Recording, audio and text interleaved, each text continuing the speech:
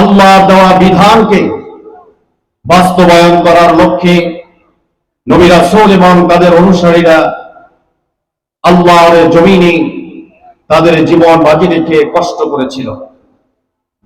ফলে প্রত্যেকটা নবী রাসূলদের যুগে সময়ে কাফের মুশরিক ইহুদি নাছারারা নবী রাসূল এবং তাদের অনুসারীদের উপরে অত্যাচার নির্যাতনের স্টিম রোলার চালিয়েছিল।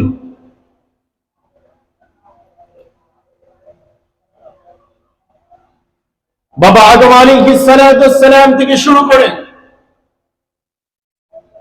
বিশ্বনবী মুহাম্মদ রাসূলুল্লাহ সাল্লাল্লাহু আলাইহি ওয়াসাল্লাম পর্যন্ত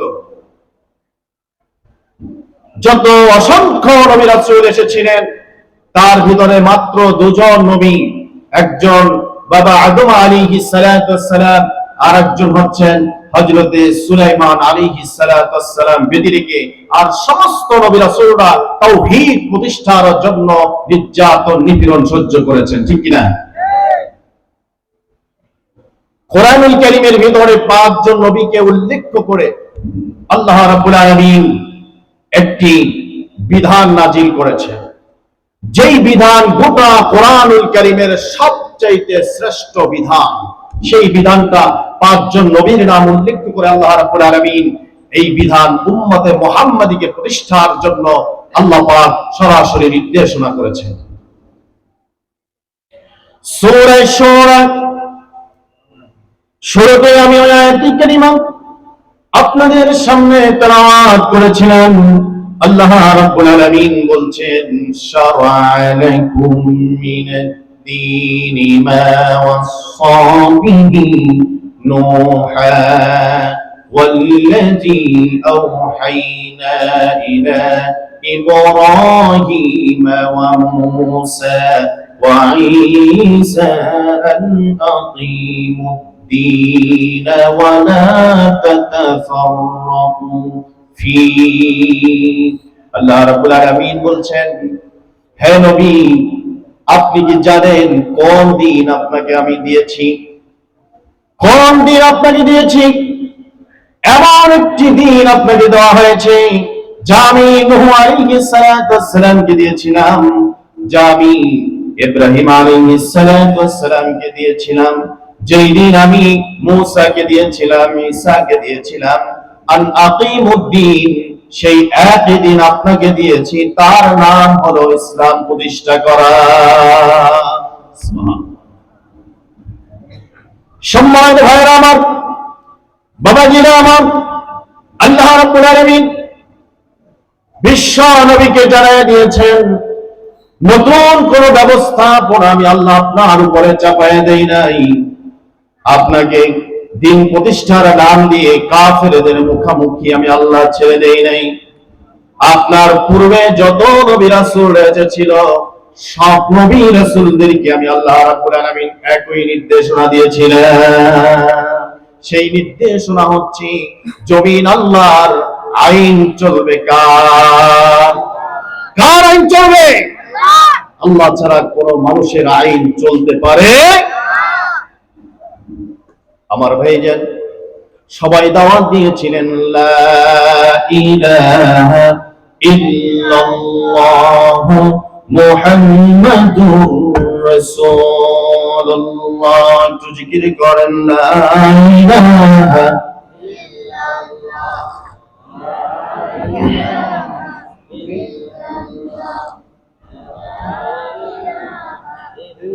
জোরে লা ইলাহা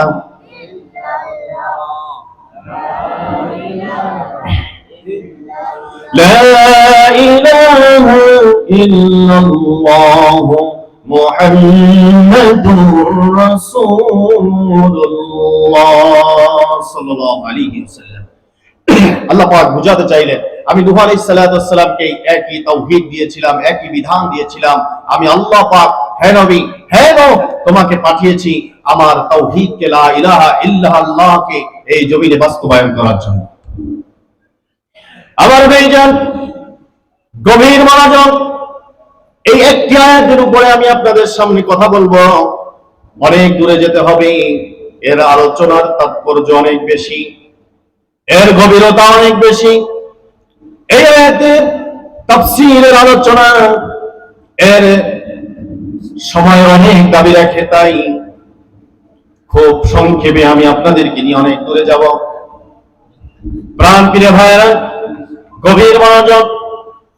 আল্লাহ রাব্বুল আলামিন নূহ আলাইহিস সালামকে যখনই এই বিধান দান করলেন, হে নূহ, আমার জমিনে আমার দিন প্রতিষ্ঠা করতে হবে, মানব রচিত কোন আইন দিয়ে জমিন চলবে না, আমি তোমাকে আমার পক্ষ থেকে প্রতিনিধি হিসাবে পাঠিয়ে দিয়েছি।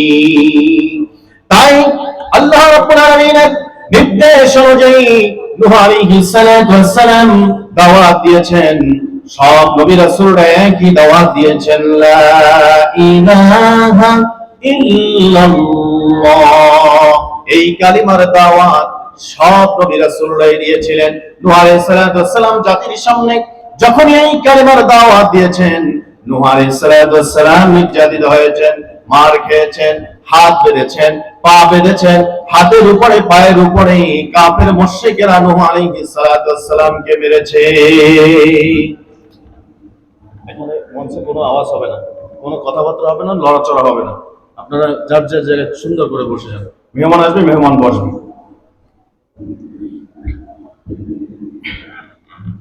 সম্মানিত ভাইরা আমার, গভীর মনোযোগ।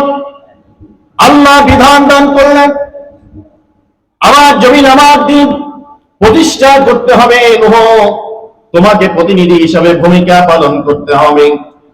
তুমি দাওয়াত দাও, লা ইলাহা ইল্লাল্লাহ। মানুষের কোন আইন চলবে না, আইন মানি না, আইন চলবে একমাত্র আল্লাহ রাব্বুল আলামিনের। নূহ আলাইহিস সালাম যখনই দাওয়াত দিলেন, তখন সঙ্গে সঙ্গে কাফেররা বুঝতে পারলো এমন এক রবের দাওয়াত নূহ দিচ্ছেন, যেই রবের বিধান যদি আমরা মেনে নেই, তাহলে আমাদের তৈরি করা আইন কানুন বিধান সব বাতিল হয়ে যাবে। তাই নূহ আলাইহিস সালামের উপরে নির্যাতন নিপীড়ন চলল। ইব্রাহিম আলাইহিস সালামকে আল্লাহ পাক একই নির্দেশনা দান করলেন। ইব্রাহিম আলাইহিস সালাম যখনই দাওয়াত দিলেন, লা ইলাহা ইল্লাল্লাহ, তখনই সঙ্গে সঙ্গে ইব্রাহিম আলাইহিস সালামের উপরে খেপে গেলেন তার বাবা, খেপে গেলেন এই নমরুদ, খেপে গেলেন তৎকালীন সময়ের কাফের মুশরিকরা। নির্যাতন শুরু হলো, নিপীড়ন শুরু হলো। এক পর্যায়ে অগ্নিকুণ্ডের ভিতরে নিক্ষেপ করেছিলেন, ঠিক কিনা ভাই?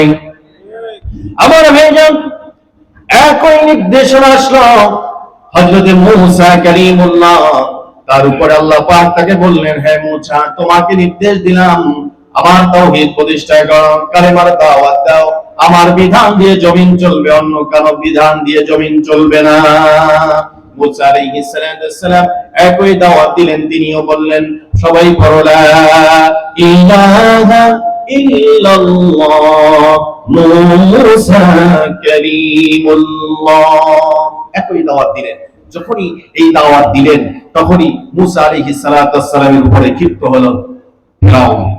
ফিরাউনের নাম মনে আছে আপনাদের? ফিরাউনের কথা আল্লাহ কোরআনেও তার নামটা বলে দিয়েছে। ফিরাউন খেপে গেল মূসা আলাইহিস সালামের উপরে। এভাবে করে ঈসা আলাইহিস সালামকেও আল্লাহ রাব্বুল আলামিন একই নির্দেশনা দিলেন ঈসা আলাইহিস সালামের উপরে। যখনই দাওয়াত দিলেন, তখনই তার উপরে তৎকালীন সময়ের কাফের মুশরিকরা নির্যাতন শুরু করে দিয়েছে। এমন একটি পজিশন এসেছে, তখনই ঈসা আলাইহিস সালাম আল্লাহ সাহায্য কামনা করলেন, আর আল্লাহকে বললেন, রব্বুল আলামিন, আমাকে তুমি আসমানে উঠায় নাও, উম্মতে মুহাম্মাদি হিসাবে আমাকে আবার জমিনে পাঠাবা। সুবহানাল্লাহ। আল্লাহ কবুল করলেন, তাকে উঠায় নিয়ে গেলেন। কোন জায়গা থেকে উঠায় নিয়ে গেলেন? নির্যাতনের কবলে পড়া সেই অবস্থা থেকে আল্লাহ তাকে উঠায় হেফাজত করলেন। সুবহানাল্লাহ। একই কালেমার দাওয়াত জনাবে মুহাম্মদুর রাসূলুল্লাহ সাল্লাল্লাহু আলাইহি ওয়াসাল্লাম যখন দিয়েছিলেন, তিনি সকলকে ডাকলেন। তৎকালীন সময়ে একটা সিস্টেম ছিল, পাহাড়ের উপরে উঠে দাঁড়িয়ে লাল পতাকা অথবা কোনো বাজনা বাজানো, মানুষগুলো একত্রিত হলো। নবীজি সকলকে ডাকলেন, ডেকে বললেন, আমি যদি বলি এই পাহাড়ের পিছনে একদল শত্রু উপস্থিত আছেন, তোমাদের উপর আক্রমণ করবেন, তোমরা কি বিশ্বাস করো? সকলে বলল, অবশ্যই বিশ্বাস করি মুহাম্মদ, কোনো সন্দেহ নাই। নবীজি বললেন, কেন? তারা বললেন, 40 বছর হয়ে গেল কোনদিন তোমার জবান থেকে একটা মিথ্যা কথা আমরা শুনি নাই। সুবহানাল্লাহ। আল্লাহ বললেন, তাহলে আমি বলতে চাচ্ছি, তোমাদের উপরে বিপদ আসতেছে, আযাব আসতেছে, গজব আসতেছে। যদি বিপদ থেকে বাঁচতে চাও, গজব থেকে যদি বাঁচতে চাও, তাহলে সকলে বলো লা ইলাহা ইল্লাল্লাহু মুহাম্মাদুর রাসূলুল্লাহ সাল্লাল্লাহু আলাইহি ওয়াসাল্লাম। যখনই নবীজি এই দাওয়াত দিলেন, সঙ্গে সঙ্গে নবীজির উপরে পাথর বৃষ্টি পড়ল। ঠিক কিনা বলেন? নবীজির উপরে পাথর মারলেন নবীজির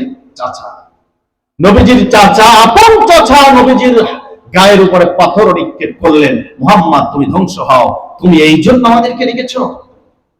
আমাদের আইন আছে, ব্যবস্থাপনা আছে, বিচারালয় আছে, আমরা পরিচালনা করি। তুমি আরেকটা ইলাহ নিয়ে এসেছো, যিনি নাকি আইন দিবে, তার আইন মানে নিলে আমাদের আইনের কি হবে? তাই নবীজির উপরে তারা পাথর মারলেন। আবার হয়ে যান, শুরু হয়ে গেল আল্লাহ নবীর উপরে নির্যাতন, নিপীড়ন। নূহ আলাইহিস সালাম থেকে শুরু করে বিশ্ব নবী মুহাম্মদ সাল্লাল্লাহু আলাইহি ওয়াসাল্লাম পর্যন্ত ভাবে নবীদের উপরে নির্যাতন চলছিল। বিশ্ব নবীর ওপরের পরে সাহাবায়ে কেরাম যখন কোরআন দিয়ে 30 বছর শাসন পরিচালনার পর যখনই এই ইসলামের শাসন ব্যবস্থা আস্তে আস্তে বিলীন হয়ে গেল, যখনই কোন কাফেলা এই তাওহীদের দাওয়াত দিয়েছিলেন, তাওহীদ প্রতিষ্ঠার সংগ্রামে লিপ্ত ছিলেন, আমরা যুগে যুগে দেখেছি তাদের উপরে কাফের মুশরিকরা, ইহুদি নাসারা, মুনাফিক শক্তি তাদের উপরে নির্যাতন নিপীড়ন চালিয়েছে। ঠিক কি না? একই ধারাবাহিকতা এখনো আছে না নাই? আছে না নাই? পৃথিবীর বুকে একই ধারাবাহিকতা চলছে। আমার ভাইজান, আল্লাহ রাব্বুল আলামিন তিনি বিধান দান করেছেন, প্রতিনিধি তিনি পাঠিয়েছেন, দায়িত্ব তিনি দিয়েছেন। আর যাদেরকে দায়িত্ব দিয়েছেন, যাদেরকে প্রতিনিধি হিসাবে প্রেরণ করেছেন, তাদেরকে সেভ করা, তাদেরকে সেভ করে রাখা, তাদেরকে আন্ডারগ্রাউন্ডের মধ্যে রাখা, তাদেরকে প্রোটোকল দিয়ে রাখা, এর সব কিছুর দায়িত্ব আল্লাহ রাব্বুল আলামিন তার নিজ কুদরতি হাতে রেখে দিয়েছে।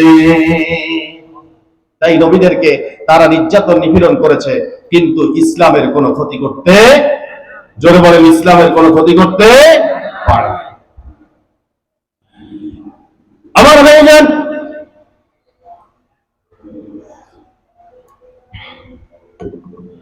নূহ আলাইহিস সালাম তিনি মার খেয়েছেন, ইব্রাহিম আলাইহিস সালাম মার খেয়েছেন, মুসা আলাইহিস সালাম মার খেয়েছেন, খান নাই? ঈসা আলাইহিস সালাম মার খেয়েছেন, বিশ্বনবী মুহাম্মদ রাসূলুল্লাহ সাল্লাল্লাহু আলাইহি ওয়াসাল্লাম মার খেয়েছেন। কাফেররা নির্যাতন নিপীড়ন করে তারা চিন্তা করেছিল যে আমরা যদি তাদেরকে গালি দেই, তাদেরকে যদি বাজে কথা বলি, তাদেরকে যদি সন্ত্রাস বলি, তাদেরকে যদি গণক বলি, তাদেরকে যদি মিথ্যাবাদী বলি, তাদেরকে যদি জাদুকর বলি, তাদেরকে যদি ধর্ষণকারী বলি, তাদেরকে যদি রাজাকার বলি, তাদেরকে যদি দেশদ্রোহী বলি, তাদের যদি মানবতার শত্রু বলি, তাহলে তাদের লজ্জা আসবে, তারা এই দ্বীনের দাওয়াত বন্ধ করে দিবে, তারা ভয় পাবে, স্থাপিত হয়ে যাবে, আমাদের তৈরি করা মানব রচিত আইন ঠিক থাকবে। কিন্তু আমরা দেখতে পাই নূহ আলাইহিস সালামের উপরে যারা নির্যাতন করেছিল তারাই আল্লাহর গজবে ধ্বংস হয়েছিল। ঠিক কিনা বলেন? আপনারা জানেন নূহ আলাইহিস সালাম তিনি দ্বীনের দাওয়াত দিয়েছেন, কোনো অপরাধ করেন নাই। অপরাধ ছিল একটা, কালিমাকে প্রতিষ্ঠা করা, কালিমাতুল্লাহি হিয়াল উলিয়া, আল্লাহর কালিমাকে বাস্তবায়ন করার জন্য নূহ আলাইহিস সালাম দাওয়াত দিয়েছিলেন। সেই দাওয়াতের অপরাধে নূহ আলাইহিস সালাম মার খেয়েছেন। ঠিক কিনা? আল্লাহ সহ্য করেন নাই, গজব দিয়ে, লানত দিয়ে, প্রবল দিয়ে জাতিকে ধ্বংস করে দিয়েছিলেন। সে আল্লাহ আছে না নাই? নূহ আলাইহিস সালাম মার খেয়েছেন, যারা ইসলামের বিরোধিতা করেছিল তারাই ধ্বংস হয়েছে। ইব্রাহিম আলাইহিস সালাম মার খেয়েছেন, অগ্নিকুণ্ডে যারা নিক্ষেপ করেছিল তাই ধ্বংস হয়েছে। আবার মুসা আলাইহিস সালাম মার খেয়েছেন, তার অনুসারীরা মার খেয়েছেন। যারা ষড়যন্ত্র করেছিল, নির্যাতন নিপীড়ন করেছিল, সেই ফিরআউন নমরুদ তারা ধ্বংস হয়েছে। ঠিক কিনা বলেন? বিশ্বনবী মুহাম্মদ সাল্লাল্লাহু আলাইহি ওয়াসাল্লামের বিরোধিতা যারা করেছিল, নির্যাতন নিপীড়ন যারা করেছিল, রমজান মুবারক যাদের জন্য শহীদ হয়েছিল, বাড়িঘর যাদের জন্য সারতে হয়েছিল, সেই আবু জাহেল আর তাদের গোষ্ঠীদেরকে আল্লাহ ধ্বংস করে দিয়েছিলেন। ঠিক কিনা বলেন? তারই ধারাবাহিকতায় যুগে যুগে যুগে আমরা দেখেছি ইসলাম এবং ইসলামী আন্দোলনকে যারা নির্বাপিত করতে চেয়েছে, আল্লাহ রাব্বুল আলামিন আযাব দিয়ে গজব দিয়ে এই পবিত্র জমিন থেকে তাদেরকে ধ্বংস করে দিয়েছে। সে আল্লাহ আছে না নাই? চিৎকার দিয়ে বলেন আছে না নাই? সে আল্লাহ আছেন, সে আল্লাহ মুসলমানদের বিজয় দিবেন। যুগে যুগে যারা বিরোধিতা করেছে ইসলামের, তাওহীদের, কোরআনের, নবী রাসূলদের, ইসলাম ওয়ালাদের, তারাই ধ্বংস হয়েছে। মুসলমানদের কিছুই হয় নাই, ইসলামের কিছুই হয় নাই।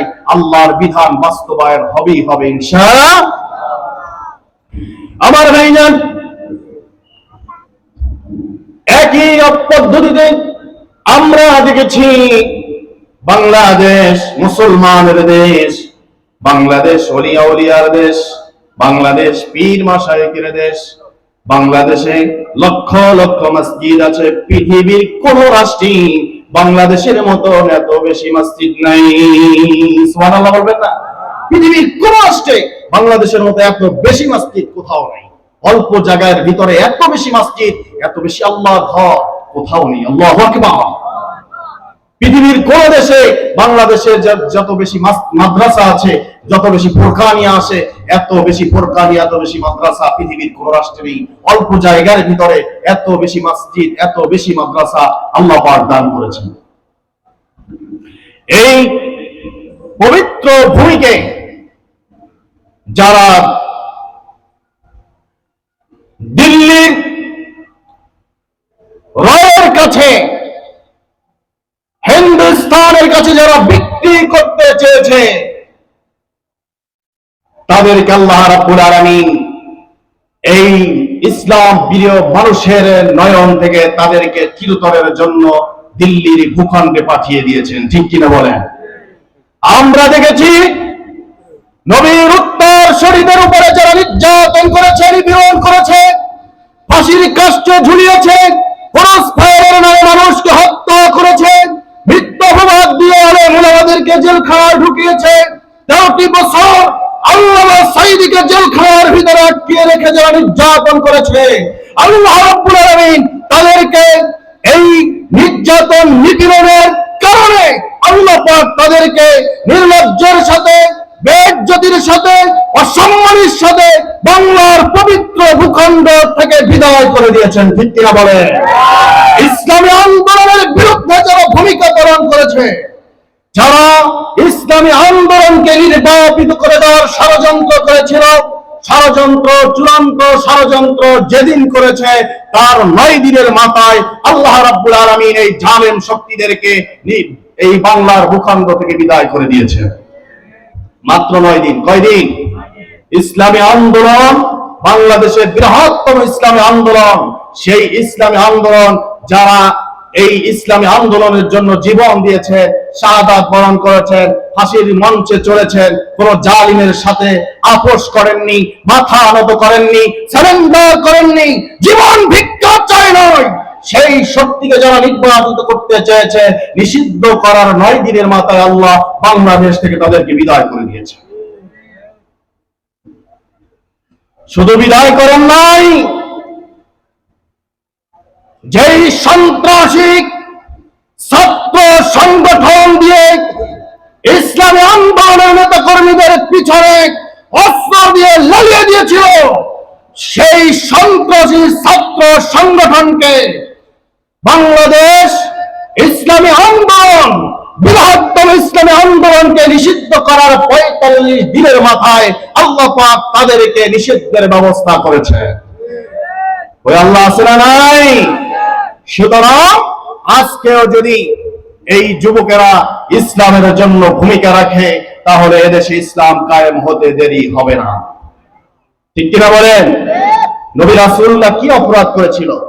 কোনো অপরাধ করেনি, একটাই অপরাধ তাদের, তারা সকলে বলেছিল লা ইলাহা ইল্লাল্লাহ। আল্লাহর দেওয়া আইন চলবে, আল্লাহর দেওয়া বিধান চলবে, আল্লাহর দেওয়া শরিয়া চলবে। আল্লাহ যেহেতু সৃষ্টি করেছেন, আইন দাতা, বিধান দাতা, শরিয়াত দাতা একমাত্র কে? আল্লাহ।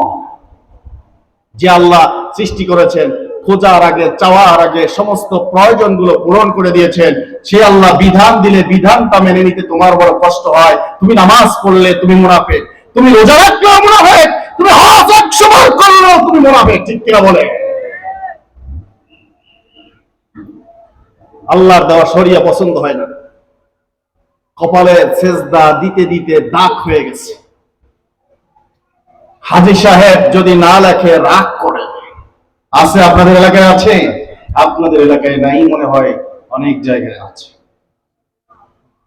হাজী সাহেব না লেখলে অভিমান করে, নামাজ পড়ে পড়ে কপালে দাগ ফেলে দিয়েছে। কিন্তু আল্লাহ বলেছেন, আমি নূহ আলাইহিস সালামকে যেই দিন দিয়েছি, ইব্রাহিম আলাইহিস সালামকে যেই দিন দিয়েছি, আমি মুসা ঈসাকে যেই দিন দিয়েছি, সেই দিন আপনাকে, হে নবী, আপনাকেও সেই একই দিন দিয়েছি। তা হচ্ছে আকিমুদ্দিন, আমার দেওয়া জীবন ব্যবস্থাকে প্রতিষ্ঠা করতে হবে। খতিব সাহেব যখন এই কথা বলেন, তখন কিছু মুসল্লির চোখ মোটা হয়ে যায়। ঠিক কিনা?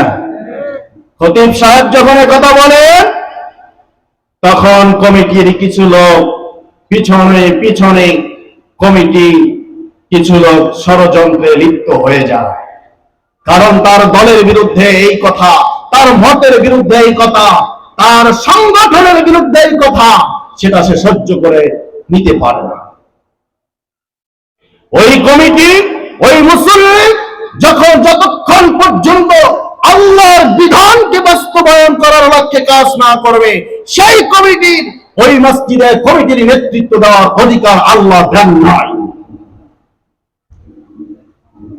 কথা বুঝতে পেরেছেন? কোরআনে আল্লাহ স্পষ্ট করে দিয়েছেন, কমিটি মসজিদে নেতৃত্ব দেওয়ার গুণাবলী রয়েছে। ইন্নামা ইয়া'মুরু মাসাজিদাল্লাহ মান আমানা বিল্লাহি ওয়াল ইয়াউমিল আখির ওয়া ইকামাস সালাত ওয়া ইতাআজ যাকাত ওয়া লাম ইয়াখশা ইল্লাল্লাহ। নিশ্চয়ই যারা মসজিদে নেতৃত্ব দিবে,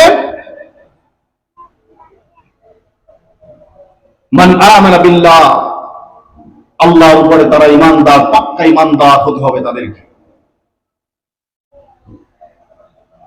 পরকালের উপর ঈমান আনতে হবে, নামাজ প্রতিষ্ঠার আন্দোলন করতে হবে, যাকাত ভিত্তিক অর্থ ব্যবস্থা পরিচালিত হোক সেজন্য তাকে প্রচেষ্টা চালাতে হবে। ওয়ালাম ইয়াখশা ইল্লাল্লাহ, জীবনের সব ক্ষেত্রে একমাত্র আল্লাহ রাব্বুল আলামিনকে ভয় করে চলবে। আল্লাহ ছাড়া কোন শক্তির কাছে মাথা নত করবে না। জাতীয়তাবাদ আর ধর্মনিরপেক্ষতাবাদ, জাসদ ইত্যাদি ইত্যাদি যত ধরনের ইসলাম বিরোধী শক্তি আছে, কোন শক্তির কাছে মাথা নত করবে না, একমাত্র আল্লাহর বিধানের কাছে মাথা নত করবে। ওই ব্যক্তি মসজিদের নেতৃত্ব দিতে পারবে। ঠিক কিনা? আব্দুল্লাহ নোমান জিহাদি বলছেন না আল্লাহ বলছেন? চিৎকার দিয়ে বলেন, কে বলেছে? আল্লাহ পাক বলেছে। তোমার অধিকার নাই মসজিদে নেতৃত্ব দেওয়ার, তোমার অধিকার নাই সমাজে নেতৃত্ব দেওয়ার। কারণ তুমি যেই মসজিদে নেতৃত্ব দিচ্ছ, ওই মসজিদ আল্লাহ, ওই মসজিদের মালিক যিনি, কোরআন নাজিল করেছেন তিনি। এই কোরআনে 500 শরিয়ার আয়াত দিয়েছেন আল্লাহ পাক। একটি আয়াত, বাংলাদেশ বৃহত্তম মুসলিম কান্ট্রি, এই দেশে একটি আয়াত সংবিধান রূপে বাস্তবায়ন নাই। ঠিক কিনা? আপনি কিভাবে ঘুম যান? আপনি কিভাবে মুসলিমের পরিচয় দিয়েছেন? আপনি কিভাবে হাজী সাহেব বলে নিজেকে প্রকাশ করছেন? আল্লাহর বিধান একটা বাস্তবায়ন না করে ঘুমান, ইসলামী আন্দোলনের বিরোধিতা করেন, এই মুনাফিক অবস্থায় মৃত্যুবরণ করলে সোজা জাহান্নামে চলে যেতে হবে। কত বড় কথা আল্লাহ বলেছেন। হ্যাঁ নবী, কোন দিন আপনাকে দিয়েছে আপনি জানেন? সেই দিন দিয়েছি যা আমি নূহকে দিয়েছিলাম, ইব্রাহিমকে দিয়েছিলাম, মুসা ঈসাকে দিয়েছিলাম। যেই দিন প্রতিষ্ঠার জন্য নূহ ইব্রাহিম, মুসা, ঈসা আলাইহিস সালাম মার খেয়েছেন, ওই দিন আপনাকে দিয়েছি। এজন্য রক্ত ঝরাতে হবে, মার খেতে হবে, গালমন্দ শুনতে হবে, হিজরত করতে হবে, দ্বন্দ্ব মুবারক শহীদ করতে হবে, তারপরে আমি আল্লাহ ইসলাম কায়েম করে দিব। এমনি এমনি ইসলাম কায়েম করতে পারেন নাই নবীজি। নবীজি শিহাবে আবু তালেবে 3.5 বছর জেল খেটেছেন, ঠিক কিনা? জেল খাটেন নাই নবীজি? কেন, কি করেছিলেন নবীজি? কারো হালের গরু পিটায় মেরেছিলেন? কারো জমির হাল ধরেছিলেন? কাউকে জীবনে একবার গালি দিয়েছিলেন? কারোর সাথে প্রতারণা করেছিলেন? কারো সম্পদ লুণ্ঠন করেছিলেন? তাহলে নবীজিকে কেন জেলখানায় শিহাবে আবু তালেবে আটকে রেখা হলো? কারণ একটাই, নবীজি বলেছেন লা ইলাহা ইল্লাল্লাহ, আল্লাহর সব বিধান মেনে নাও, আল্লাহর কাছে আত্মসমর্পিত করো, আল্লাহর বিধানের কাছে আত্মসমর্পিত করো, মানব রচিত কোনো আইন চলতে পারে না। এ জমিন কার? চিৎকার দিয়ে বলেন কার? সূর্য কার? চন্দ্র কার? অক্সিজেন কে দিয়েছে? রেজেক কে দিয়েছে? সুস্থ কে রেখেছে? বাবা মাকে কে দিয়েছে? সন্তান কে দিয়েছে? সম্পদ কে দিয়েছে? শরীরে শক্তি কে দিয়েছে? ওই আল্লাহর আইন মানব না, তুমি মুসলমান দাবি করতে পারো না।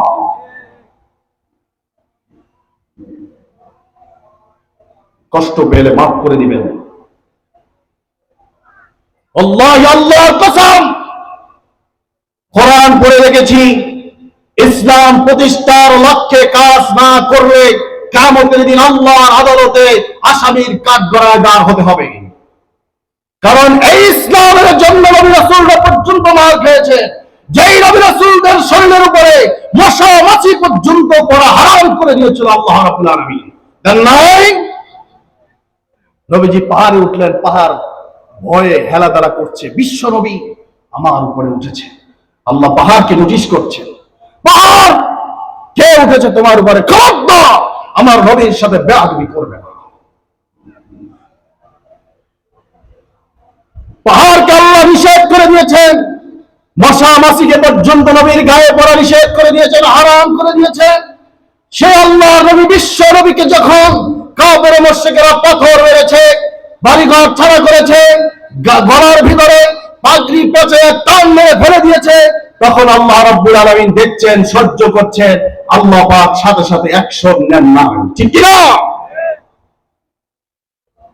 কারণ আল্লাহ রাব্বুল আলামিন উম্মতে মুহাম্মাদীকে, নবীর উম্মত যারা দাবি করে, আজকে সিরাতুন নবীর থেকে ভালোভাবে শুনে যান, নবীর উম্মত যারা দাবি করে, যারা নিজেদেরকে পাক্কা ঈমানদার দাবি করে, নবীর আশাদ যারা দাবি করে, তারা যদি এর থেকে শিক্ষা গ্রহণ তাদেরকে করতে হবে যে তোমার নবী ইসলামের জন্য মার খেয়েছেন, নির্যাতিত হয়েছেন, শিহাবে আবু তালেবে জেল খেটেছেন, তিনি বাড়িঘর ছাড়া হয়ে হিজরত করেছেন, তার মাথায় লোহার টুপি ভেঙে ঢুকে পড়েছিল দান মুবারক, যে ইসলামের জন্য শহীদ হয়েছে, যে ইসলামের জন্য না খেয়ে থেকেছেন, যে ইসলামের জন্য অসংখ্য সাহাবায়ে কেরাম জীবন দিয়েছেন, সেই ইসলামকে তোমাদেরকে প্রতিষ্ঠার লক্ষ্যে নবীর মতো, সাহাবায়ে কেরামদের মতো মার খেতে হবে, নির্যাতনের শিকার হতে হবে, জেল খেতে হবে, প্রয়োজনে নিজের তাজা জীবন দিয়ে তারপরে শাহাদাতের পেয়ালা পান করে হলেও আল্লাহর জমিনে আল্লাহর ইসলাম কায়েম করতেই হবে, ঠিক কিনা?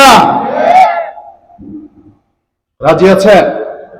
রাজি আছেন? কোরআনুল কারীমের ভিতরে আল্লাহ রাব্বুল আলামিন তিন জায়গায় আল্লাহ পাক বলছেন, আমি নবী কেন পাঠালাম দুনিয়ার মানুষ শুনে নাও। হুয়াল্লাযী আরসালা রাসূলাহু বিল হুদা ওয়া দীনিল হক লিইয়ুযহিরাহু আলাদ দীনি কুল্লিহি ওয়ালাউ কারিহাল মুশরিকুন।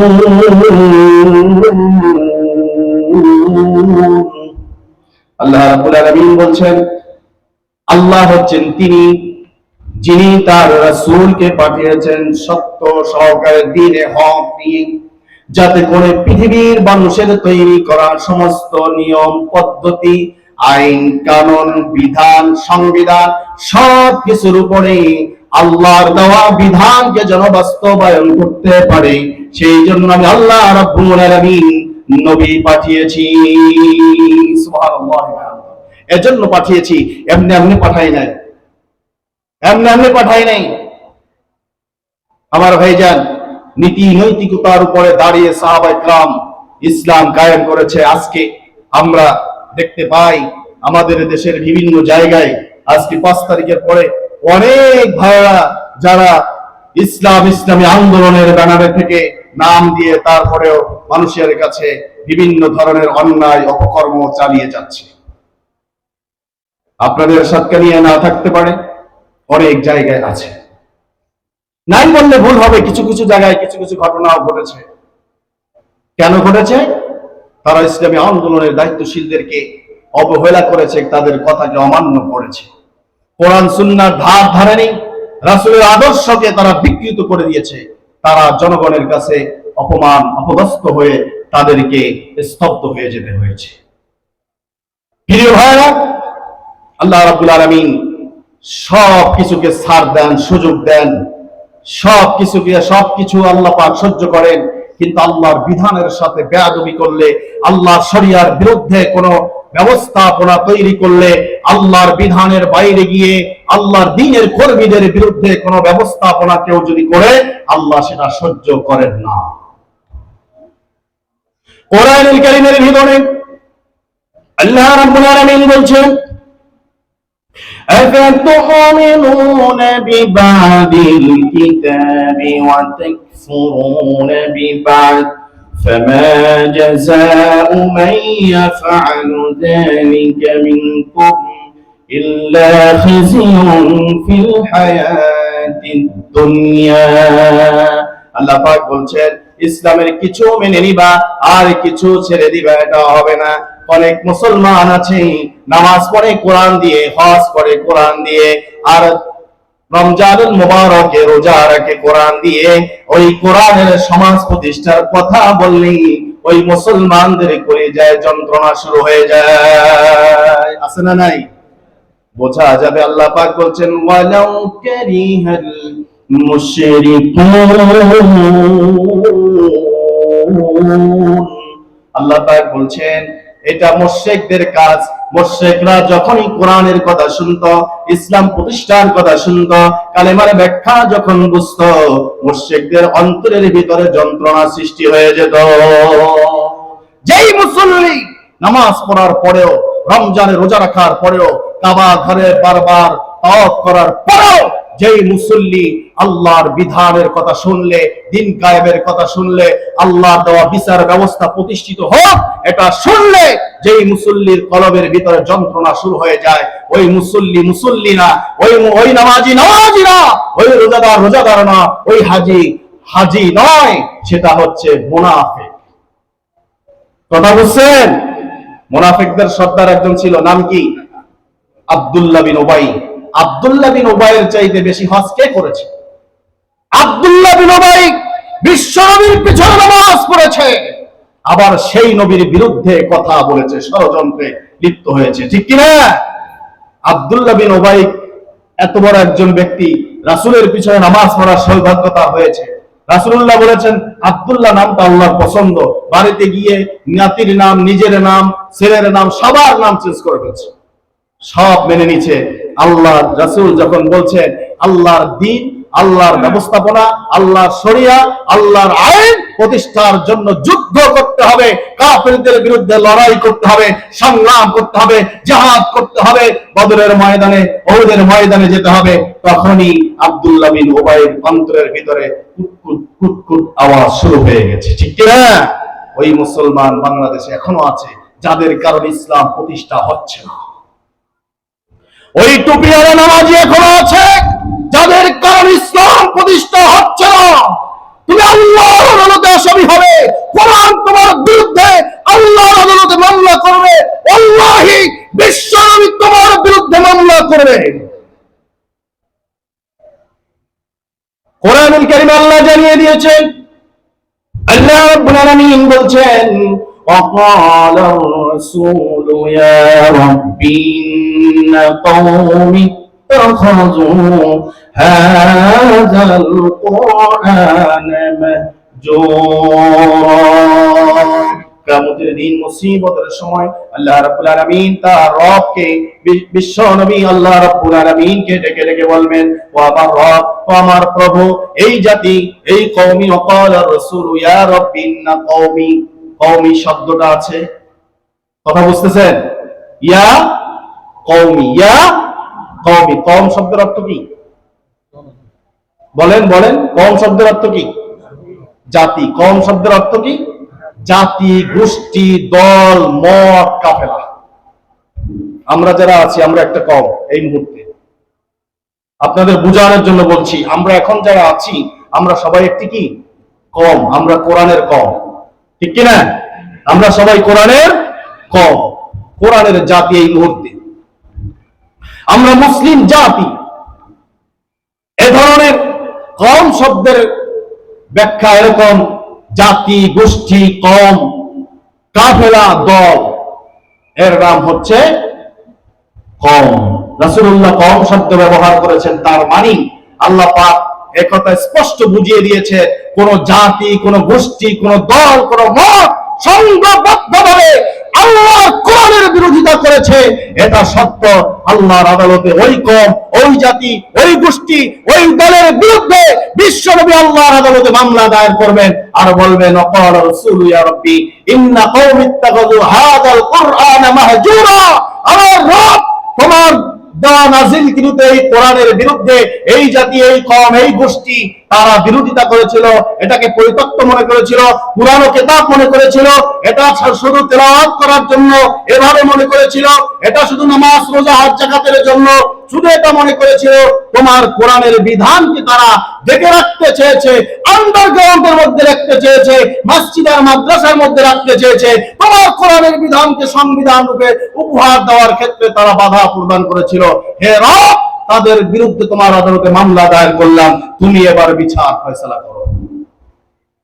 সেদিন সেই কওম, এই জাতি, এই গোষ্ঠী, এই দল যারা ইসলামী আন্দোলনের বিরুদ্ধে, কোরআনের আইন সমাজ প্রতিষ্ঠার বিরুদ্ধে যারা ভূমিকা রেখেছিল, যারা 16টি বছর নির্যাতন, নিপীড়নের স্টিম রোলার চালিয়েছে, যারা মিথ্যা অপবাদ দিয়ে আলেমদেরকে জেলখানায় ঢুকিয়েছে, যারা মিথ্যা অপবাদ দিয়ে কালেমার দাওয়াত দেওয়ার কারণে আলেমদের কোমরে মোটা রশি বেঁধে টেনে টেনে হেসরে পায়ের ভিতরে বের করে জেলখানায় যারা কষ্ট দিয়েছে, আল্লাহ রাব্বুল আলামিন কিয়ামতের মুসিবতের সময় তাদেরকে জাহান্নামের ভিতরে নিক্ষেপ করবে, ঠিক কি না? আমি বললাম মানে না, কোরআনে বলছে আল্লাহ, কোরআনুল কারীম আল্লাহ বলছেন, আল্লাহ রাব্বুল আলামিন বলছেন, শুধু পরকালে না, দুনিয়ায় তোমরা দেখতে পাবে তাদের অবস্থাটা কেমন হয়।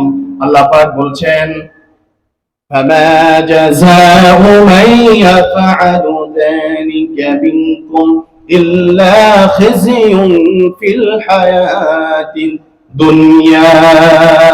আল্লাহর কথা কত সুন্দর।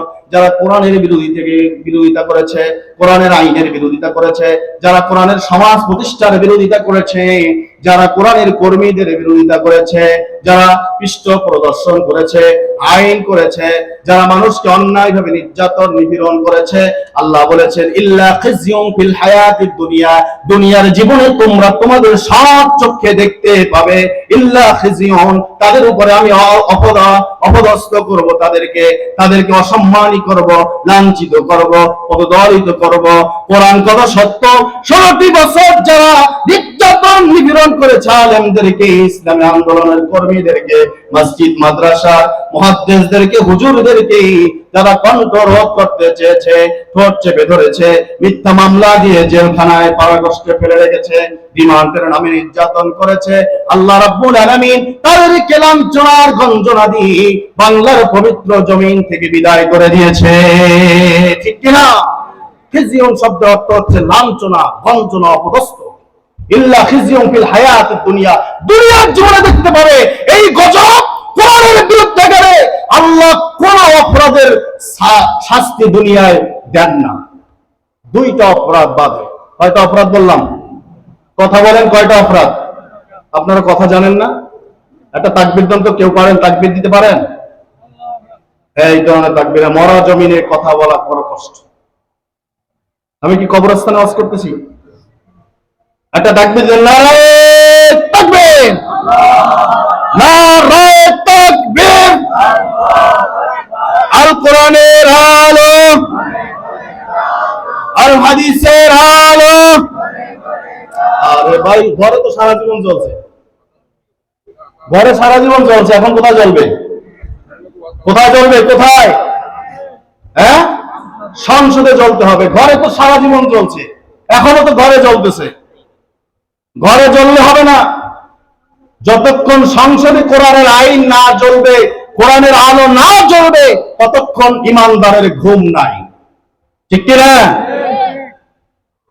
কালিমাতুল্লাহি হিয়াল উলিয়া, কালিমাতুস সুফলার বিরুদ্ধে লড়াই সংগ্রামের জন্য প্রস্তুতি গ্রহণ করতে হবে। মানুষের তৈরি করা সমস্ত কালিমাকে পচা ডাস্টবিনে নিক্ষেপ করে দিয়ে আল্লাহর দেওয়া কালিমাকে যতক্ষণ বাস্তবায়ন না হয়, ততক্ষণ ইমানদারদের ময়দানে ভূমিকা পালন করতে হবে। এটাই হচ্ছে ইমানের দাবি। সম্মানিত ভাইরা আমার, বাবাজিরা আমার, আল্লাহ রাব্বুল আলামিন তিনি এই বিধান দান করেছিলেন সেই নবী রাসূলদেরকে, তাদেরকে 5 জন নবীকে স্মরণ করায় দিয়ে উম্মতে মুহাম্মাদীকে জানিয়ে দিয়েছেন, ওই নবীদের ইতিহাস পড়ে দেখো, তারা নির্যাতন হয়েছে, নিপীড়ন সহ্য করেছে, আল্লাহর তাওহীদ থেকে এক চুল পরিমাণ তারা সরে দাঁড়ায় নাই। সাহাবায়ে কেরাম রিদওয়ানুল্লাহি তাআলা আলাইহিম আজমাইন ঈমান এনেছে আর ইসলামের সপক্ষে লড়াই করে আল্লাহর জান্নাতে ঢোকার জন্য পাগল হয়ে গেছে। সুবহানাল্লাহ। আমার ভাইজান, বলতেছিলাম আপনাদের মনে আছে কয়টি শাস্তি বাদে সব শাস্তি আল্লাহ পরকালে দিবেন। দুনিয়ায় 2টি অপরাধের শাস্তি দুনিয়ার থেকে শুরু হবে। কয়টি অপরাধ? কয়টি? জোরে জোরে বলেন, আওয়াজ করে বলেন, কয়টি? এই মুখস্থ করে নিতে হবে ওয়াজ। যুবকেরা শুনে রাখো, প্রথম 1 নম্বর, যেই সন্তান তার বাবা মাকে কষ্ট দিবে, যেই সন্তান বাবা মাকে নির্যাতন করবে, যেই সন্তান বাবা মার অসুস্থতায় চিকিৎসা করবে না, যেই সন্তান নিজে আরামে থাকবে, ভালো খাবে, বাবা মাকে আরামে থাকতে দিবে না, ভালো খাওয়াবে না, যেই সন্তান নিজেকে বড়ত্বের পরিচয় দিবে, বাবা মাকে পরিচয় দিবে না, সেই সন্তান দুনিয়ায় লাঞ্ছনা, অপদস্থ, অপমান হবে। সেই সন্তানের নাক এবং সম্মানকে আল্লাহ ধুলার সাথে দূষিত করে দিবে। ইতিহাস সাক্ষী, আমরা প্রমাণ দেখেছি। আপনারা একটু সমাজের ভিতরে তাকিয়ে দেখেন, অন্তর চক্ষু খুলে তাকান, দেখবেন অনেক সন্তান যারা দুনিয়ায় থাকাকালীন বাবা মাকে কষ্ট দিয়েছে, বাবা মাকে ভালো চোখে দেখে নাই, বাবা মাকে ভালোভাবে খেতে দেখে নাই, দেয় নাই, চিকিৎসা করে নাই, অবহেলা করেছে, ওই সন্তান কষ্ট করেছে, তার স্ত্রী তাকে এক সময় দেখতে পারে না, তার সন্তানও তাকে এক সময় পরিচয় দেয় না। আছে না? এরকম আছে না? এটা দুনিয়া থেকে শুরু হবে। আমার এলাকায় একজন ব্যক্তি দেখতেছি পঙ্গু হয়ে গেছে। জিজ্ঞাসা করলাম, এই ব্যক্তি পঙ্গু কেন, কারণ কি? উনি কি জন্ম অবস্থায় এরকম হয়েছে? সমাজের লোকগুলো বলছে, না হুজুর, আমরা কিছুদিন আগে দেখেছি ওই লোকটা তার মাকে মেরেছে। নাউজুবিল্লাহ বলবেন না? ওই লোকটা তার মাকে মেরেছে। কিছুক্ষণ পর নারকেল গাছে উঠেছে নারকেল পড়ার জন্য। একটা উদাহরণ দিচ্ছি, বাস্তব এই ঘটনা আপনাদের সামনে পেশ করছি। এই জন্য বাবা মাকে কেউ কষ্ট না দেন, ইতিহাস যেন মনে রাখেন। নারকেল গাছে উঠেছে নারকেল পাড়ার জন্য, কিছুক্ষণ আগে মাকে মেরেছে। আল্লাহ এত বেশি নারাজ হয়ে গেছেন, নারকেল গাছ থেকে পড়ে হাত পা ভেঙে গেছে, কোনো ডাক্তার তাকে সুস্থ করতে পারে না। মৃত্যু পর্যন্ত ওই ব্যক্তি লুলা ছিলেন। আর আল্লাহ পাক এমন ব্যবস্থা করেছেন, ওই লোকটা লুলা অবস্থায়ও পা বেকায়া বেকায়া সব জায়গায় যেতেন আর ঘুরতেন। আমি বড় চিন্তা করতাম যে মানুষ লুলা হয়ে গেলে, কষ্টে পড়লে তো এক জায়গায় পড়ে থাকে, ওই লোকটাকে আল্লাহ ঘুরাচ্ছেন কেন? তার মানে আমি এটা চিন্তা করে পেয়েছি যে হয়তো আল্লাহ রাব্বুল আলামিন দুনিয়ার ওই সমাজের মানুষকে শিক্ষা দেওয়ার জন্য ওই লোকটাকে সমাজের সব জায়গায় ঘুরাচ্ছে। দেখো মাকে কষ্ট দিলে, মায়ের উপর আঘাত করলে, মায়ের সাথে বেয়াদবি করলে, বাবার সাথে বেয়াদবি করলে, এভাবে দুনিয়ায় আল্লাহ শাস্তি শুরু করে দেয়। কোন সন্তান তার বাবা মাকে কষ্ট দিলে আল্লাহর আরশ পর্যন্ত কেঁপে উঠে। যে সন্তান বাবা মাকে কষ্ট দিয়েছেন, আজকে রাত্রে গিয়ে মায়ের পায়ে, বাবার পায়ে ধরে কাঁদবেন, ক্ষমা চাবেন, ক্ষমা চাইলেই দেখবেন তারা ক্ষমা করে দিবে। আল্লাহু আকবার। 2 নম্বর, আল্লাহ রাব্বুল আলামিন কোরআনুল কারীমের ভিতরে বলেছেন, যারা কোরআনের বিরোধিতা করেছে, কোরআনের আইনের বিরোধিতা করেছে, তাওহীদ প্রতিষ্ঠার বিরোধিতা করেছে, কোরআন প্রতিষ্ঠার সংগ্রামকারী কোরআনের কর্মীদের উপরে নির্যাতন নিপীড়ন করেছে, নূহ আলাইহিস সালাতু ওয়াস সালাম থেকে পর্যন্ত সমস্ত ইতিহাস বলে দেয় আল্লাহ রাব্বুল আলামিন ওই সমস্ত কোন জালিমদেরকে ছেড়ে দেন নাই। সবার শাস্তি এই দুনিয়া থেকে শুরু করেছে। প্রথম শাস্তি হচ্ছে ইল্লা খিজিয়ুন ফিল হায়াতিদ দুনিয়া, দুনিয়ার জীবনে তাদের উপরে লাঞ্ছনা, গঞ্জনা, আযাব, গজব, অপমান, অপদস্থ সবকিছু তাদের মাথার উপরে বসবে, তারা বুঝতেও পারবে না কোথা থেকে এসেছে। ঠিক কি না? 16 বছরে যারা নির্যাতন নিপীড়ন করেছে, দেশের সম্পদ লুণ্ঠন করেছে, আলেমদেরকে নির্যাতন করেছে, কোরআনকে জঙ্গির বই ভরে যারা চালিয়ে দিয়েছে, সেই সমস্ত বেয়াদবদেরকে, জালিমদেরকে আল্লাহ রাব্বুল আলামিন পবিত্র ভূমি থেকে চিরতরে বিদায় করে দিয়েছেন। ঠিক কি না? তারা জানতো না, কিছু সময় আগেও জানতো না তার অবস্থা কি হবে। আল্লাহ পাক ছাড় দেন কিন্তু ছেড়ে দেন না। সময় যখন আসছে এক মুঠো ভাত মুখে দেওয়ার সময়ও তিনি পান নাই। ঠিক কিনা? ইতিহাস থেকে শিক্ষা নাও, কোরআনের বিরুদ্ধে যাবে না, ইসলামের বিরুদ্ধে যাবে না। কোরআনের আইন সমাজে কায়েম হওয়ার ক্ষেত্রে তুমি স্পষ্ট ভূমিকা রাখবে। খবরদার, যদি আল্লাহর আযাব গজব থেকে বাঁচতে চাও তাহলে অবশ্যই কোরআনের সপক্ষে থাকতে হবে। রাজি আছি আমরা ইনশাআল্লাহ? কারা কারা রাজি একটু দুহাত উঁচু করে দেখান। একটা তাকবীর দেন, লিল্লাহি তাকবীর। আল কোরআনের আলো সংসদে জ্বলো, আল কোরআনের আলো। নারে তাকবীর, নারে তাকবীর, নারে তাকবীর, নারে তাকবীর, আল্লাহু আকবার। তোলো তাকবীর ধ্বনি ধরায় আকবার। বীর মুসলমান, বীর মুসলমান, ধরো আল কোরআন, ফিরায় আনো সেই হারানো সম্মান। নারে তাকবীর। মুসলমান বীরগিরি সব ঘরের ভিতরে ঢুকলে, ঠিক কিনা? বউয়ের সাথে আর ছেলে মেয়েদের সাথে আর আত্মীয় স্বজনের সাথে বীরের মতো ময়দানে আজকের যুবকেরা সীসা ঢালা প্রাচীরের মতন যেভাবে বন্দুকের সামনে, ভারী ভারী অস্ত্রের গোলা বারুদের সামনে ছেলেরা, মেয়েরা, যুবক, তরুণ তরুণেরা জীবন বুক শার্টের কলার খুলে দিয়ে বুক পেতে দিয়েছে অস্ত্রের সামনে। গুলি করা, পিছপা হওয়ার কোনো সুযোগ নাই। সীসা ঢালা প্রাচীরের মতন যখন সাহাবায়ে কেরামদের মতন তারা যখন লড়াই করেছে, সংগ্রাম করেছে, জালিমদের বন্দুকের গুলি শেষ হয়ে গেছে, মুসলমানদের বুক খালি হয় নাই। ঠিক কিনা? আল্লাহর সাহায্য আসমান থেকে নাজিল হয়েছে। কোরআনুল কারীমে আল্লাহ পাক বলছেন, তু'মিনুনা বিল্লাহি ওয়া রাসূলিহি ওয়া তুজাহিদুনা ফি সাবিলিল্লাহি বিআমওয়ালিকুম ওয়া আনফুসিকুম যালিকুম খায়রুল লাকুম ইন কুনতুম তা'লামুন।